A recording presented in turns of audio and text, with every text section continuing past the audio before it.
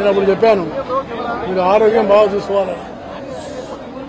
కానీ ఏదేమైనా వారి మరణం అనేది మన తెలుగు ప్రజానీకానికి, తెలుగు రాష్ట్రాలకు ఒక తీరని లోటుగా నేను భావిస్తున్నాను.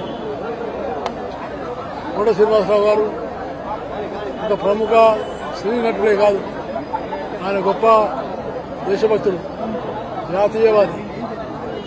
జాతీయ భావం కోసము ఆయన రాజకీయాల్లో వచ్చారు, ఎమ్మెల్యేగా అయినారు. సినిమాల్లో కూడా ఆయన నటించినటువంటి ఏదైతే విలన్ గా ఉన్నటువంటి పాత్ర ఉందో అది చాలా ప్రజలకు చాలా ఆకట్టుకున్నటువంటి విషయం. అలాంటి గొప్ప నటుడు, నాకు ఆత్మీయమైన మిత్రుడు. ఆయన రాజకీయ రంగ ప్రవేశమైనప్పుడు నేను ప్రముఖమైన పాత్ర వహించి చంద్రబాబు నాయుడు గారితో మాట్లాడి ఆయనకు ఎమ్మెల్యే టికెట్ విషయంలో మాట్లాడినప్పుడు చంద్రబాబు నాయుడు గారు పాజిటివ్గా స్పందించినారు. ఆయన ఎమ్మెల్యేగా కృష్ణా జిల్లా విజయవాడ ప్రజలకు చాలా గొప్ప సేవలు అందించినారు. ఆయన మరణం పట్ల నేను